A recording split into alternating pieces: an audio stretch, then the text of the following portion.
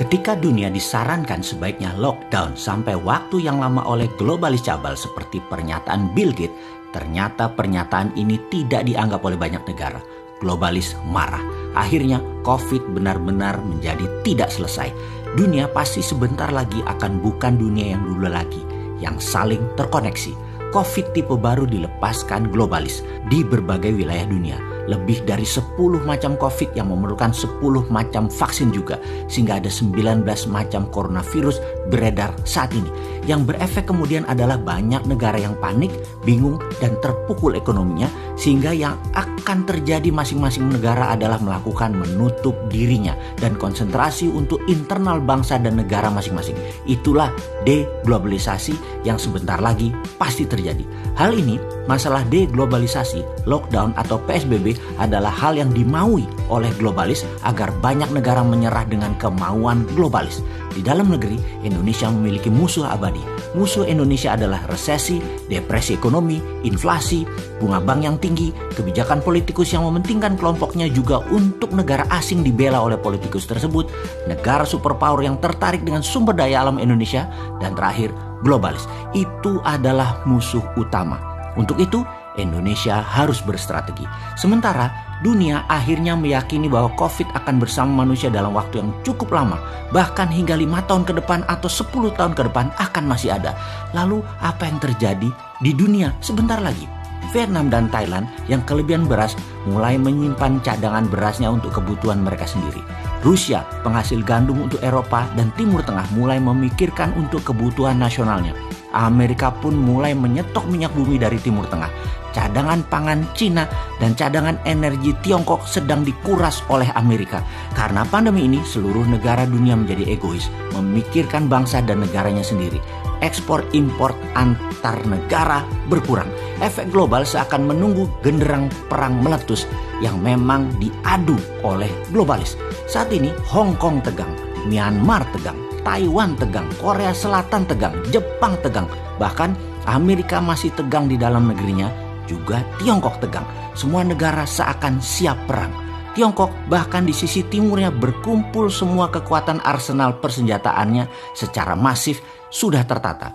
Batu bara dari Indonesia dan Australia ke arah Tiongkok sepertinya akan ditahan di Laut Cina Selatan oleh armada ke-7 Amerika, dan ini akan menimbulkan tekanan kuat ke Tiongkok yang tidak punya suplai energi.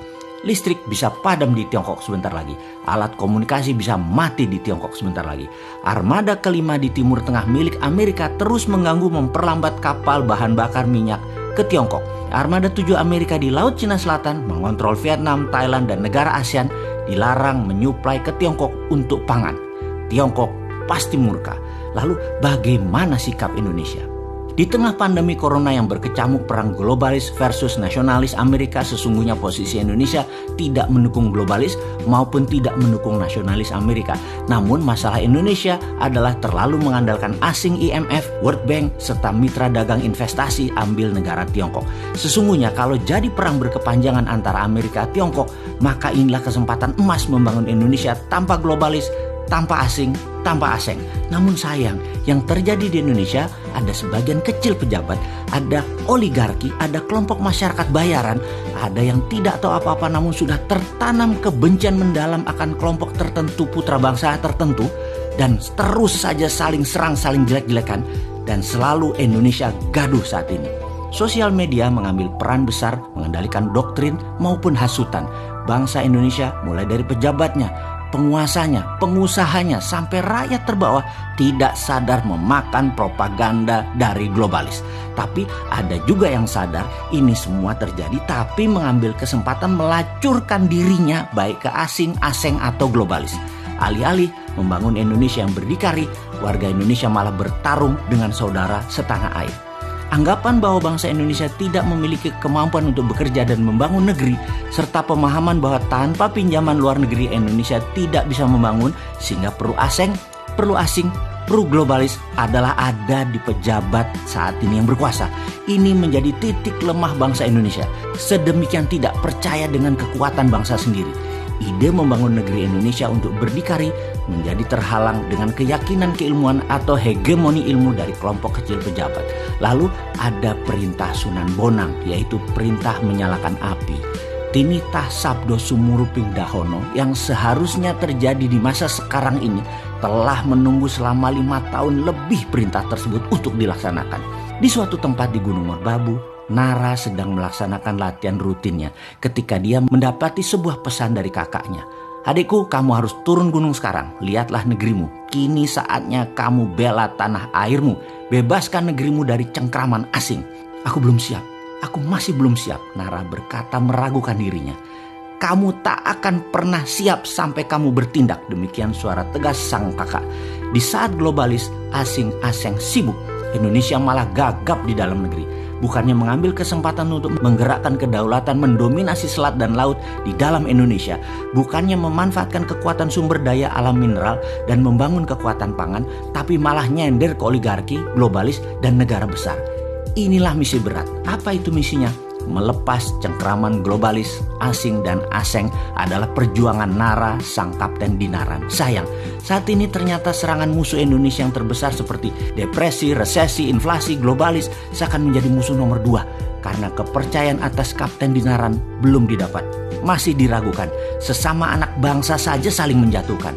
Nara, sang kapten Dinaran terpaksa harus mengemban misi yang berat berbekal kemampuan yang masih terbatas.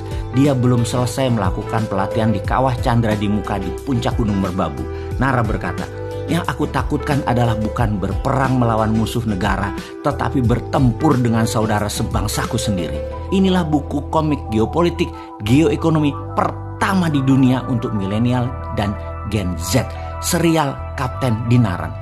Memiliki alur cerita yang penuh intrik, penuh strategi, penuh drama, dan tidak akan bisa menebak akan kemana jalan ceritanya ini berakhir. Strategi bernegara, negara superpower, globalis cabal yang menggurita, shadow banking, deep state, dan banyak lagi intrik geostrategi dunia terjadi dibahas dalam komik Kapten Dinaran ini. Yang menjadi pertanyaan, bisakah globalis dikenali, dikalahkan, dan dibongkar oleh Nara sang Kapten Dinaran? Atau Nara akan gagal kemudian menjadi pecundang, atau kelompok lain mengalahkan Kapten Dinaran sebelum dia bergerak melakukan sesuatu? Jawabnya, semuanya mungkin. Semuanya bermain dan seru dan semuanya penuh keterkejutan. Selamat menikmati komik Kapten Dinaran.